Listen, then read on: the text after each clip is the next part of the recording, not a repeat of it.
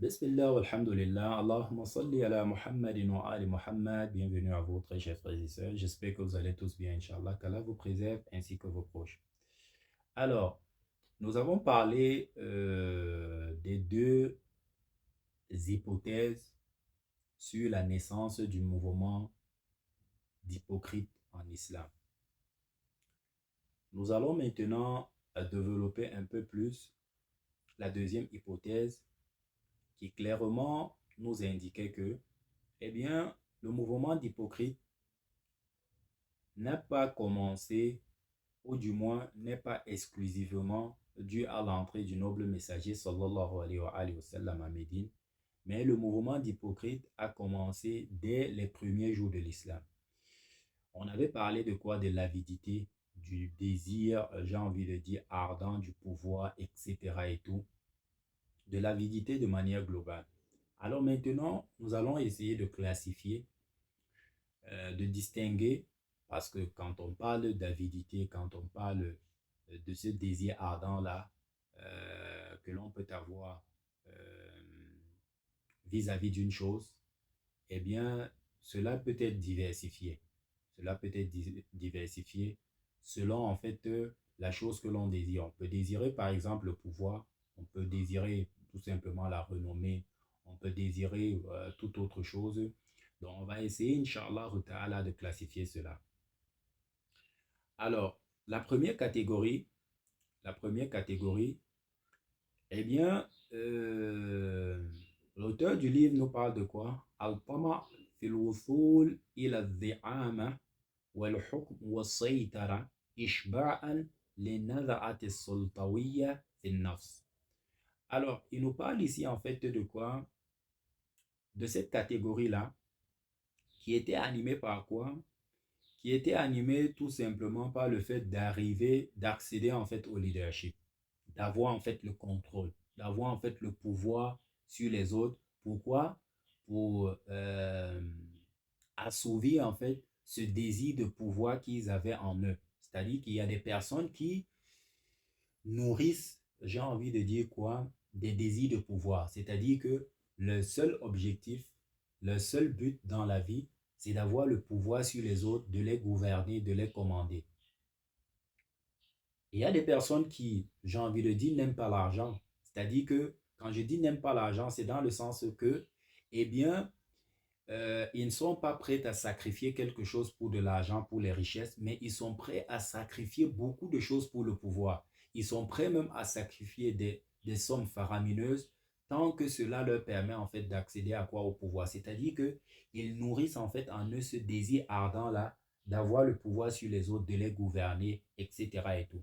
Voici cette première catégorie-là. Et ce que l'auteur dit juste après nous oriente un peu plus sur la nature de ce genre de personnes-là. Il dit وهذا النوع من المنافقين يحرص في العادة على مصالح الإسلام ما وافقت مصالحه الخاصة المنشودة.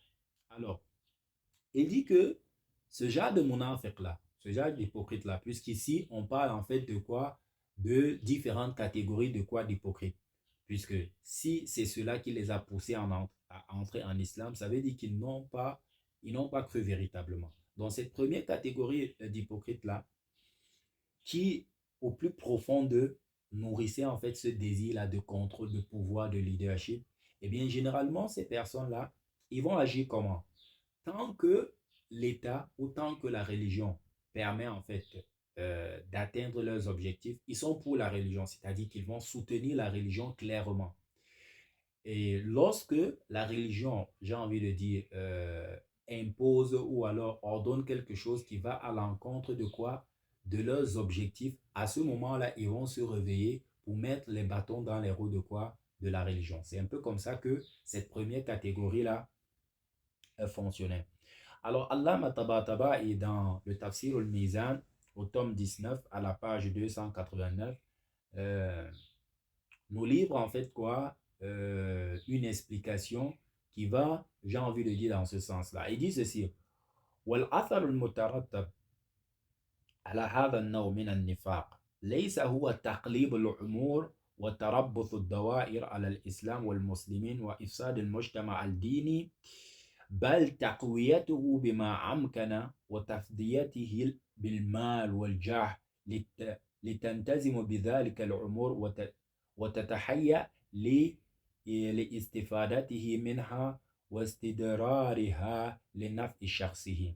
Alors, Allah Mataba et Qudisa Sirruhu Sharif, eh bien, il nous dit que cette catégorie d'hypocrites-là, ils ne sont pas là pour tout détruire.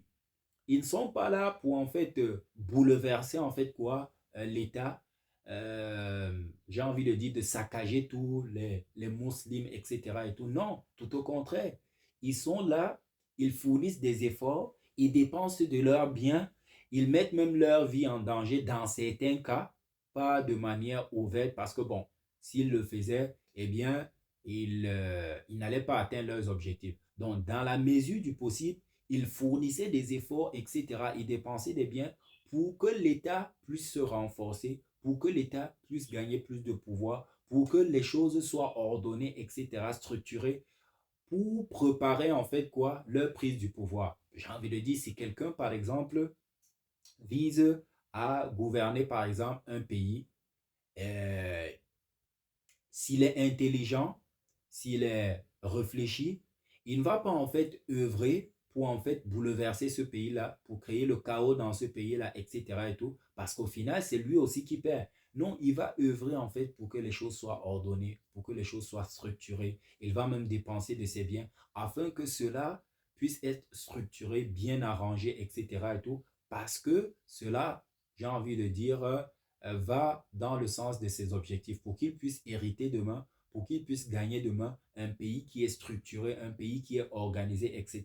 Donc, voici en fait quoi la première catégorie d'hypocrites. Naam, يمكر مثل هذا المنافق بالمخالفة والمضادة فيما إذا لاح من الدين مثلا ما يخالف أمنية تقدمه وتسلطه إرجاء للأمر إلى سبيل ينتهي إلى غرضه الفاسد. Bien évidemment, si à un moment donné, l'État, comme je l'ai dit, eh bien, décide de quelque chose, si l'islam ordonne quelque chose qui entre directement en quoi? En conflit avec leurs objectifs, à ce moment-là, ils vont ruser, à ce moment-là, ils vont faire des complots pour en fait quoi? Pour en fait, j'ai envie de dire, détruire en fait quoi? Cette règle-là ou cette mesure-là que l'islam aura pris. Alors, pour déceler ceci, on n'a pas besoin de chercher de midi à 14 heures comme on le dit au Cameroun. Eh bien, il suffit juste de rentrer dans l'histoire. Nous l'avons dit au tout début. Nous l'avons dit au tout début que l'histoire permet de nous situer dans le présent.